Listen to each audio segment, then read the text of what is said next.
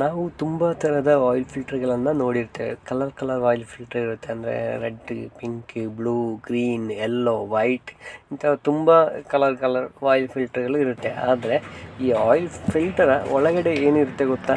ನೋಡೋಣ ಬನ್ನಿ. ನಾನೀಗ ಈ ಆಯಿಲ್ ಫಿಲ್ಟರನ್ನು ಕಟ್ ಮಾಡ್ತಿದ್ದೆ.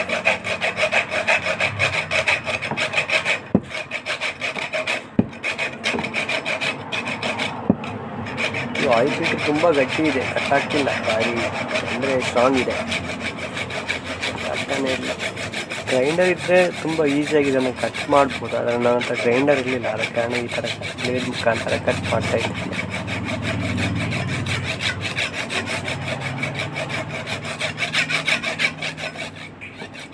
ಓಕೆ, ಕಟ್ ಆಗ್ತಾ ಬಂತು. ಇನ್ನು ನೆಕ್ಸ್ಟ್ ಸ್ಟೆಪ್ ಏನಂತ ನೋಡೋಣ. ನೋಡಿ, ಇವಾಗ ಆಯಿಲ್ ಫಿಲ್ಟರ್ ಕಂಪ್ಲೀಟಾಗಿ ಕಟ್ ಆಗಿದೆ. ಇದರಲ್ಲೊಂದು ಕ್ಯಾಪ್ ಥರ ಇದೆ, ಅದ್ರ ಒಳಗಡೆ ಇನ್ನೊಂದು ಫಿಲ್ಟ್ರ್ ಇರುತ್ತೆ, ಚಿಕ್ಕ ಫಿಲ್ಟ್ರ್. ನೋಡಿ, ಓಪನ್ ಮಾಡಿದ್ದೇನೆ ಫುಲ್ಲಾಗಿ, ಕಂಪ್ಲೀಟಾಗಿ ಫುಲ್ ಸ್ಟ್ರಾಂಗ್ ಇದೆ. ಈ ಮೆಟಲ್ ಒಳಗಡೆ ಇನ್ನೊಂದು ಚಿಕ್ಕ ಫಿಲ್ಟ್ರ್ ಇರುತ್ತೆ. ಈ ಫಿಲ್ಟರ್ ಮುಖಾಂತರ ಆಯಿಲ್ ಫಿಲ್ಟ್ರಾಗಿ ಇಂಜಿನ್ ಒಳಗಡೆ ಹೋಗುತ್ತೆ.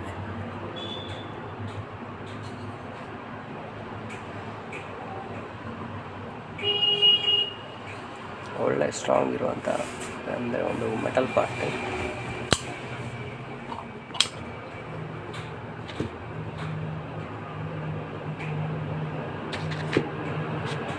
ಇದು ಆಯಿಲ್ ಫಿಲ್ಟ್ರ್. ಇದರ ಮುಖಾಂತರ ಇಂಜಿನ್ಗೆ ಆಯಿಲ್ ಹೋಗುತ್ತೆ.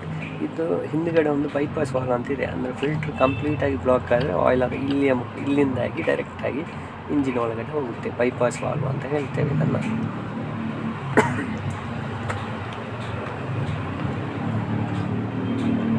ಪೆಟ್ರೋಲಲ್ಲಿ ಡೈರೆಕ್ಟ್ ಇಂಥದ್ದೇ ಇರುತ್ತೆ, ಅದರಲ್ಲಿ ಕ್ಯಾಪ್ ಬರುತ್ತೆ. ಅಲ್ಲ, ಪೆಟ್ರೋಲಲ್ಲ, ಸಾರಿ, ಡೀಸೆಲ್ ವೆಹಿಕಲಲ್ಲಿ ಡೈರೆಕ್ಟ್ ಫಿಲ್ಟರ್ ಕ್ಯಾಪ್ ಬರುತ್ತೆ, ಅದರೊಳಗೆ ಹಾಕಿ ನಾವು ಫಿಟ್ ಮಾಡ್ತೇವೆ. ಪೆಟ್ರೋಲ್ ವೆಹಿಕಲಲ್ಲಿ ಈ ಥರ. ಇಂಜಿನ್ ಆಯಿಲ್ ಚೇಂಜ್ ಮಾಡುವಾಗ ಪ್ರತಿ ಸಲವೂ ಆಯಿಲ್ ಚೇಂಜ್ ಮಾಡುವಾಗ ಆಯಿಲ್ ಫಿಲ್ಟರ್ ಕೂಡ ಚೇಂಜ್ ಮಾಡಬೇಕು.